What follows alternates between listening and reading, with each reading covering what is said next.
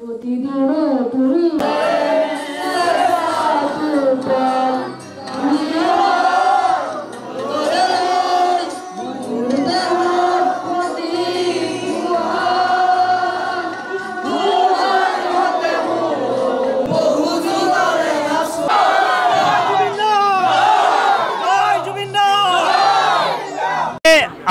কি কম আমি ভাষা হেৰুৱাইছোঁ এই মহান শিল্পীগৰাকীৰ সংগীতৰ এই মহিৰুগৰাকীক হেৰুৱাই সঁচাকৈয়ে আমি মৰ্মাহত হৈছোঁ আজি ভাষা হেৰুৱাইছোঁ ক'বলৈ মুখত ভাষা নাই আমি সমগ্ৰ অসমৰ লগতে ভাৰতবৰ্ষৰ বিভিন্ন প্ৰান্তত আজি আবেগৰ ঝংকাৰ উঠিছে হৃদয়ৰ নিৰ্ভীত কোণত এই মহান শিল্পীগৰাকীক হেৰুৱাই সকলোৱে শোকবিহ্বল হৈ পৰিছে আমি আপোনাসবক এই চিপাঝাৰ সমষ্টিৰ পশ্চিম প্ৰান্তৰ চেঙেলীয়াঝাৰ গাঁও পঞ্চায়তৰ খুপেলি প্ৰাথমিক বিদ্যালয়ৰ প্ৰাংগণৰ পৰা আপোনাসবৰ জৰিয়তে এই মহান শিল্পীগৰাকীৰ বিদেহী আত্মাৰ সদ্গতি কামনা কৰিছোঁ আৰু শোকসন্তপ্ত পৰিয়ালবৰ্গলৈ আমি গভীৰ সমবেদনা জ্ঞাপন কৰিছোঁ আৰু লগতে আপোনাসবৰ মাধ্যমৰ জৰিয়তে আমি এটা কথাই অনুৰোধ কৰিম আমি এই গাঁৱৰ পৰা আমি সদৌতি অসমবাসী ৰাইজলৈ এটা কথাই অনুৰোধ জনাম যে আমাৰ অসমীয়া সমাজ ব্যৱস্থাত যিসকল ব্যক্তিয়ে ঘূৰি ধৰি আছে যিসকল ব্যক্তিয়ে অসমীয়া সমাজ ব্যৱস্থাক নেতৃত্ব দি আছে তেখেতসকলক আমি এই জুবিনদা বিয়োগৰ এই 3টা দিনত আমি এটা কথাই অনুভৱ কৰিছোঁ যে আমাৰ সমাজ ব্যৱস্থাত যি অসূয়া অপ্ৰীতি চলি আছে এই সকলোবোৰ দূৰ কৰি জুবিনদাৰ এই মৃত্যুৰ এই শুভক্ষণত উদ্ভৱ হোৱা এই যি পৰিৱেশ এই পৰিৱেশৰ পৰা আমি সকলোকে শিক্ষা ল'বৰ বাবে আৰু সকলোৱে একেলগে জুবিনদাৰ আদৰ্শৰে আগবাঢ়ি গৈ আমি অসমখনক এখনি শান্তিৰ ভূমি সৃষ্টি কৰিবৰ কাৰণে আহ্বান জনাইছোঁ ধন্যবাদ প্ৰথমে আপোনালৈ ধন্যবাদ জ্ঞাপন কৰিছোঁ আজি জুবিনবিহীন 3টা দিন অসমৰ যি সম্পদ যি এটুকুৰা হীৰা আছিল আমি তেওঁক হেৰুৱালোঁ আজি আমি সকলোৱে অসমবাসী ৰাইজ শোকত ম্ৰিয়মান ক'বলৈ ভাষা নাই তেখেত আমাৰ অসমীয়া জাতিৰ এখন উপনিষদ আছিল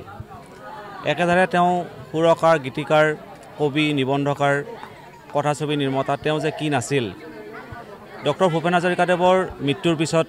তেখেতে অসমীয়া জাতিৰ পিতা হিচাপত আমি সংগীতৰ যি যাত্ৰা তেওঁ আগবঢ়াই লৈ গৈছিল তেখেতক হেৰুৱাই আমি চেঙেলীয়াঝাৰবাসী ৰাইজ সঁচাকৈ মৰ্মাহত হৈছোঁ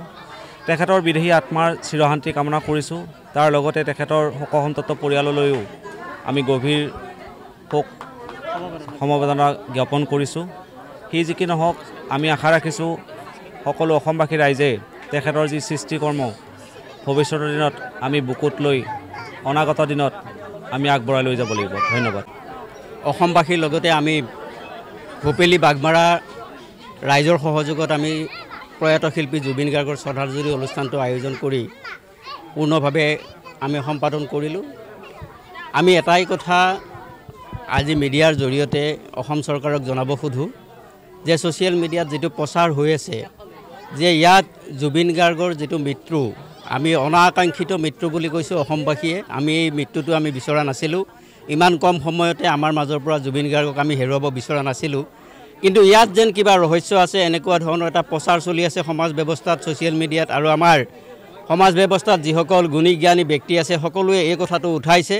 আমিও আজিৰ এই অঞ্চলৰ পৰা আমি সেই একেটাই কথা কৈছোঁ যদি তেনেকুৱা ধৰণৰ কিবা কাৰ্যসূচী হৈছে বা তেনেকুৱা ধৰণৰ যদি কোনোবা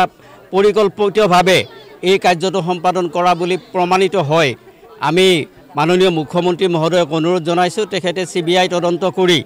যদি তেনেকুৱা কাৰ্য সম্পাদন হৈছে সেই সকল ব্যক্তিক বিচাৰি উলিয়াই কঠোৰতম শাস্তি দিব লাগে যাতে আমি আমাৰ হীৰা আমাৰ এটুকুৰা হীৰা আমি